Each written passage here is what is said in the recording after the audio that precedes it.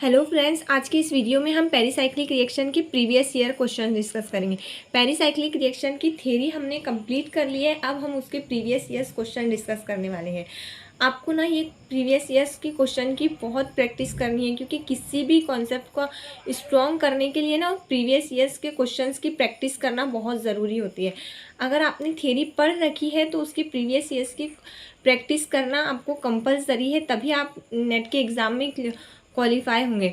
आपको ना इनके इस वीडियो के ना सॉल्यूशन को बार बार प्ले करके देखना है। अगर आपसे क्वेश्चन सॉल्व नहीं हो रहे हैं तो आपको उनको बार बार सॉल्व करके देखना है। तो चलिए स्टार्ट करते हैं। हमारा पहला क्वेश्चन है, the reaction given below is an example हो। अब ना ये रिएक्शन मैंने क्लास में डिस्कस की थी। ये किस रिएक्शन का एग्जाम्पल है? देखो यहाँ पर ना एक हाइड्रोजन है,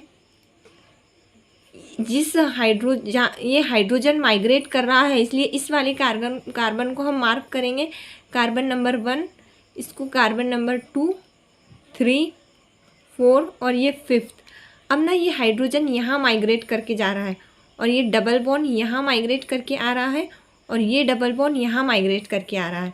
तो हमें देखो ये यहाँ पे हाइड्रोजन आ गया हमारा और यहाँ आ गया डबल बॉन्ड और यहाँ ये सिंगल बॉन्ड फॉर्म हुआ और यहाँ आ गया हमारा डबल बॉन्ड।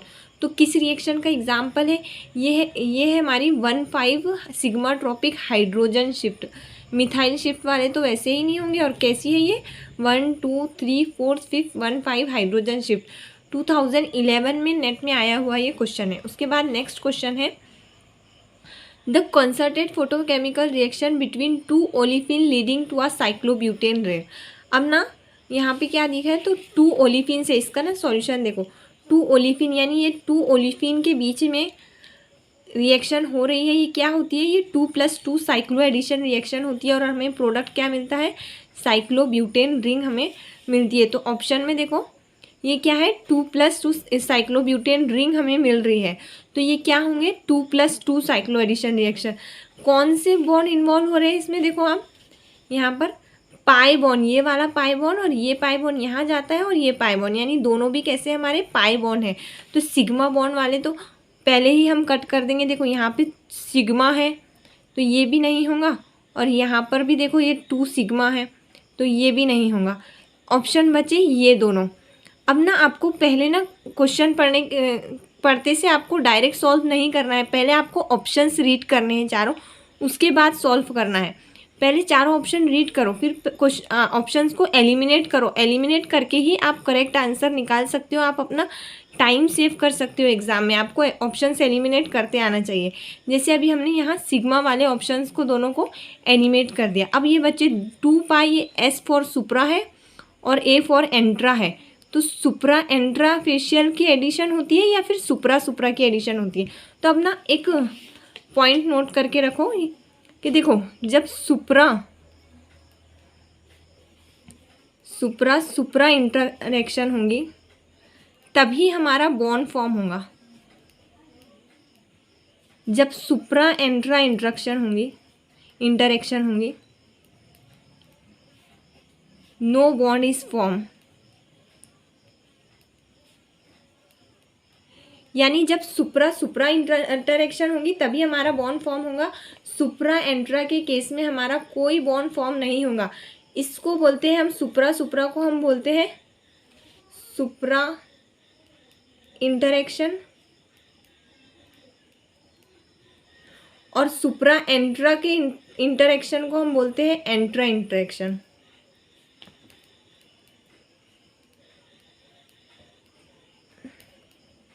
तो हमारी सुप्रा इंटरेक्शन के केस में यानी सुप्रा वाले केस में बॉन्ड फॉर्म होगा।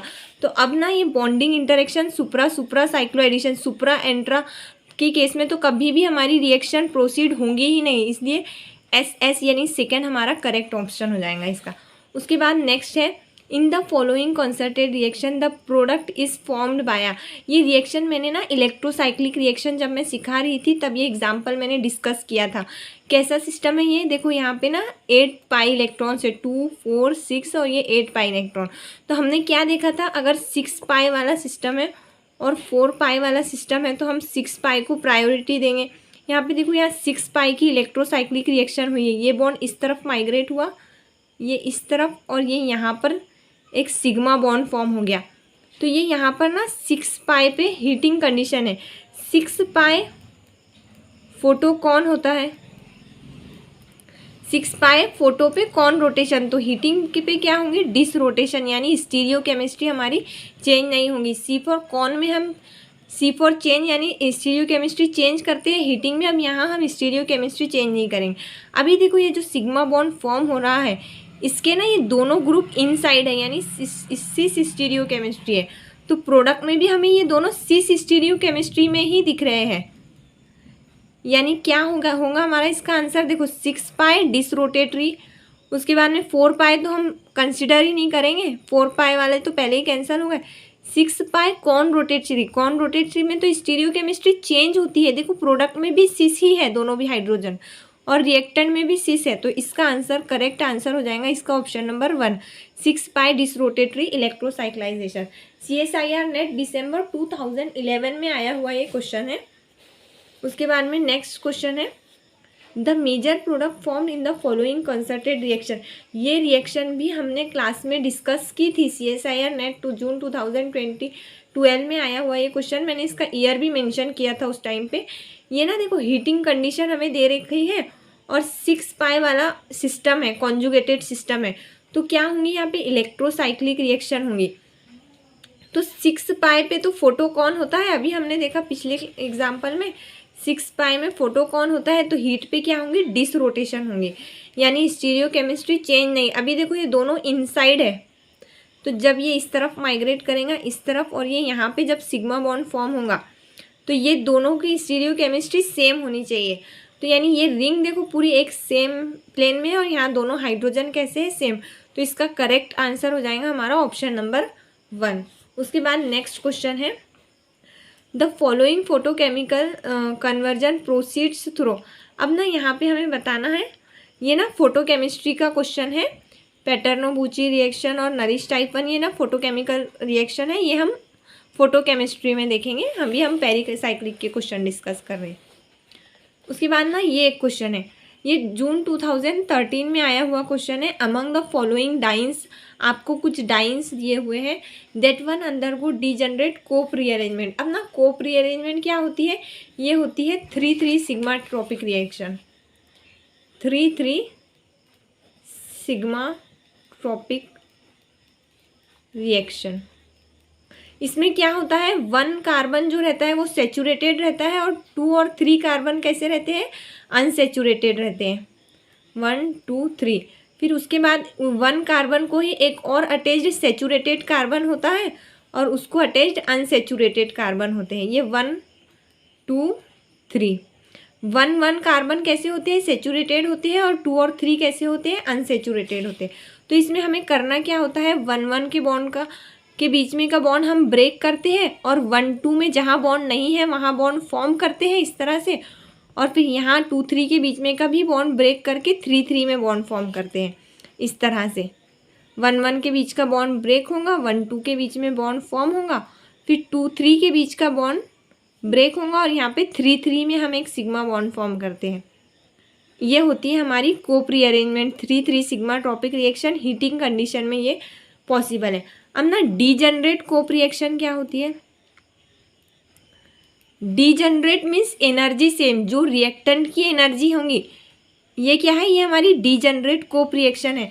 देखो आप देखो ये जैसा रिएक्टेंट है प्रोडक्ट भी हमारा सेम वैसे ही है, बस इस साइड से रोटेट हो गया, जैसे यहाँ पे बॉन्ड था तो अब ये यहाँ पे आ गया, जैसे मैंने इसको ही इस तरफ पलट कर लिख दिया यानी 180 से रोटेट करके, तो मुझे सेम मॉलिक्यूल मिलेगा।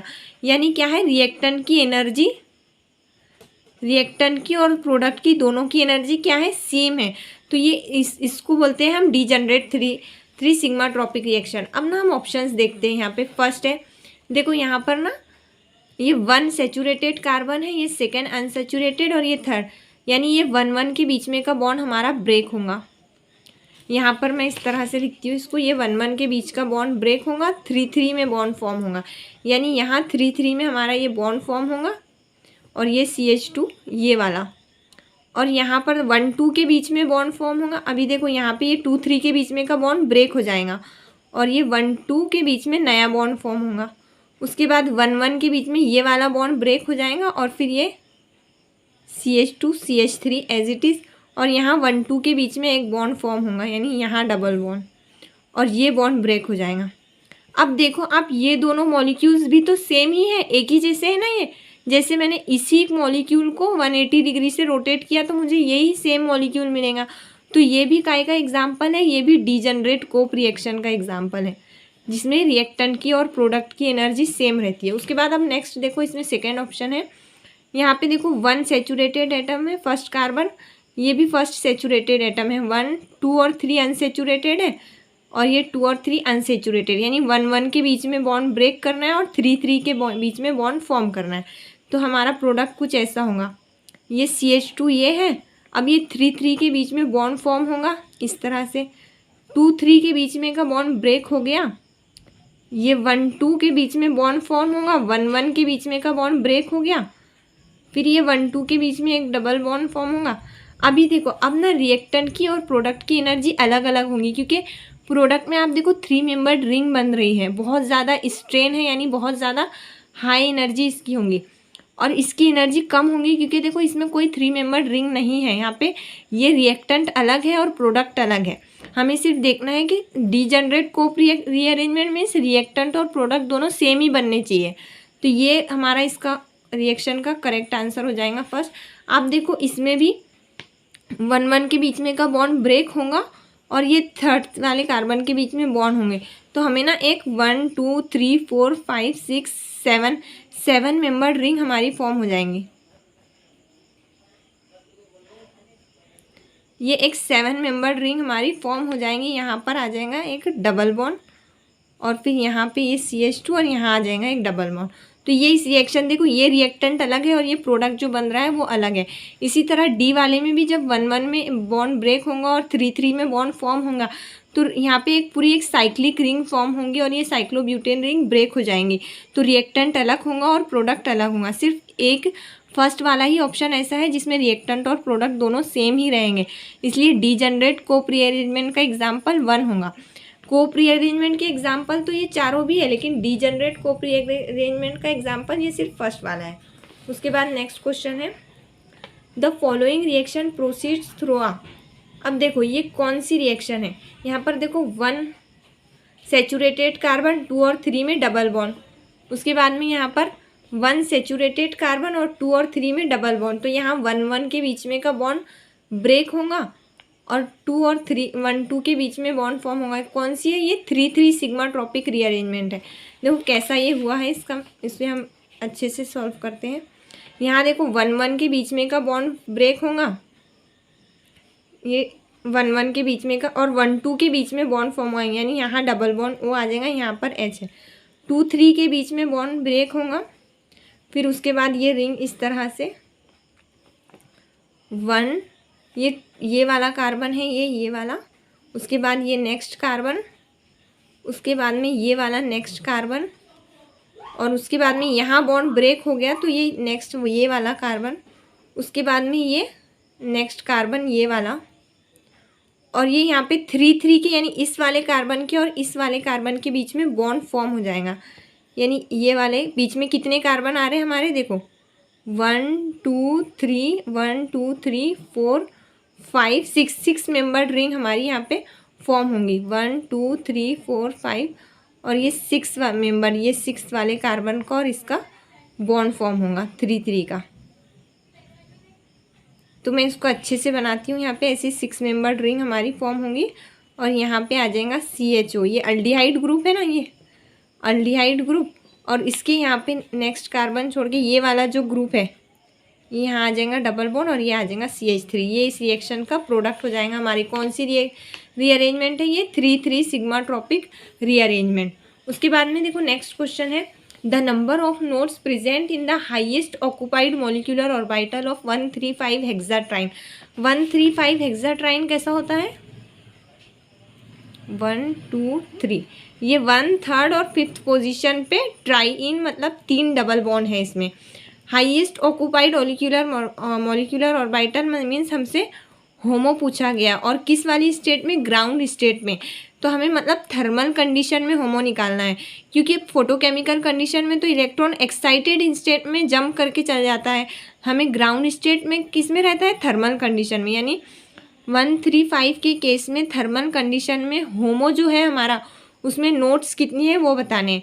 तो देखो थर्मल कंडीशन में होमो क्या होता है, यहाँ पे 2 4 6 6 पाई इलेक्ट्रॉन है, तो ये 1 2 और ये 3, ये हो गया हमारा साई 3 होमो। ये साई 1 में 2 इलेक्ट्रॉन, साई 2 में, साई 3 में, तो साई 3 हमारा हो गया होमो। किसके केस में, 135 हेक्साट्राइन के केस में। अभी देखो जो हमारा ऑर्बिटल होता है, यानी सपोज हमारा ऑर्बिटल साई 4 है, तो नोट्स कितने होंगे, 3 होंगे, नोट्स एक कम रहते हैं। साई 3 है तो नोट्स कितने होंगे, 2 होंगे। साई 2 अगर है हमारे तो उसमें नोट्स कितने होंगे, एक। जो भी हमारा ऑर्बिटल रहता है नोट्स उससे क्या रहते हैं, एक कम रहते हैं। तो अभी देखो हमारा साई 3 होमो है, तो नोट्स कितने हो जाएंगे फिर, 2, इसलिए इसका आंसर हो जाएगा 2। नेट दिसंबर 2013 में आया हुआ ये क्वेश्चन है। उसके बाद नेक्स्ट क्वेश्चन है, the major product formed in the following photochemical reaction है। आपको बताना है इस फोटोकेमिकल रिएक्शन का प्रोडक्ट क्या होगा। अब ना डायरेक्ट आप क्वेश्चन देखते से सॉल्व करने मत बैठ जाया करो, पहले ना ऑप्शंस रीड कर लिया करो, चारों भी ऑप्शन। देखो चारों भी ऑप्शन में एक 4 मेंबर्ड रिंग फॉर्म हो रही है। डायरेक्ट क्वेश्चन देखकर आप सॉल्व करोगे ना, आपसे क्वेश्चन सॉल्व होने वाला ही नहीं है। पहले ऑप्शंस देखो, उसमें किस तरह से प्रोडक्ट बना है, उसके अकॉर्डिंग आपको आपका क्वेश्चन सॉल्व करना है, तब आप आपका टाइम सेव करके एग्जाम में जल्दी सॉल्व करोगे। अभी देखो सब में एक 4 मेंबर्ड रिंग फॉर्म हुई है, तो यहाँ पे 4 मेंबर्ड रिंग कब हो सकती है, अगर हम ये देखो ये वाले इसको इस साइड मूव कर दे और यहाँ पे एक बॉन्ड फॉर्म कर दे, तो यानी 4 पाई वाली इलेक्ट्रोसाइक्लिक रिएक्शन यहाँ पर हुई है। और 4 पाई में हीटिंग कंडीशन में कौन रोटेशन होती है, यानी स्टीरियोकेमिस्ट्री चेंज होती है। फोटोकेमिकल कंडीशन में क्या होगा, डिस रोटेशन होंगी, यानी स्टीरियोकेमिस्ट्री चेंज नहीं होंगे। अभी देखो ये यहाँ पर ये जो ये वाला कार्बन है और ये वाला कार्बन है, इन दोनों के बीच में कैसी है, ये दोनों के बीच में ये दोनों एटम जो है तो सिस पोजीशन है, ये भी इनसाइड है और ये वाला बॉन्ड भी इनसाइड है, यानी दोनों हाइड्रोजन आउटसाइड है, यानी दोनों हाइड्रोजन सिस में है। तो प्रोडक्ट में भी सिस में ही रहेंगे, क्योंकि हीटिंग में डिस रोटेशन होती है, तो सिस में ही प्रोडक्ट में भी रहेंगे। तो अभी देखो यहाँ पर इस वाले ऑप्शन में हमारे पास दोनों भी यहाँ पे सिस है और यहाँ पे ट्रांस है, तो ये तो दोनों ऑप्शंस वैसे ही एलिमिनेट हो गए, और यहाँ पर ये भी दोनों हमारे सिस है। तो अब देखो इनमें से और इनमें से कौन सा फॉर्म हो सकता है। अब देखो अगर मैंने ये वाला 4 पाई सिस्टम कंसिडर किया, यानी ये डबल बॉन्ड को और ये डबल बॉन्ड को, तो यहाँ हमारा एक सिग्मा बॉन्ड फॉर्म होगा, तो हमारा प्रोडक्ट ये वाला बनेगा। और अगर मैंने देखो ये वाले सिस्टम को कंसिडर किया, यानी अगर मैंने ये यहाँ पे अगर मैंने बॉन्ड फॉर्म किया इस तरह से, देखो ये वाले डबल बॉन्ड को और ये वाले डबल बॉन्ड को कंसिडर करके अगर यहाँ मेरा सिग्मा बॉन्ड फॉर्म हुआ, तो तब मेरा ये वाला प्रोडक्ट फॉर्म हो। तो अब दोनों में से कौन सा प्रोडक्ट करेक्ट है, कौन सा ऑप्शन करेक्ट है। तो अभी देखो यहाँ पर ना ये जंक्शन पे देखो दोनों टर्ड ब्यूटाइल ग्रुप सेम साइड पे है, अबव साइड पे, और ये टर्ड ब्यूटाइल ग्रुप इतने ज़्यादा बल्की होते हैं कि ये दोनों ऊपर की साइड पे लगे हुए, तो इनमें इतना ज़्यादा रिपल्शन होगा कि ये तो बहुत ज़्यादा अनस्टेबल हो जाएंगे, तो ये तो प्रोडक्ट हमारा बनेगा ही नहीं। अब देखो ये यहाँ पर ये टर्ड ब्यूटाइल sp2 कार्बन पे है, यानी प्लेनर कार्बन पे है, और ये भी प्लेनर है, ये भी sp2 कार्बन पे, और ये देखो इस टर्ड ब्यूटाइल के साइड में ना हाइड्रोजन लगा हुआ है यहाँ पर,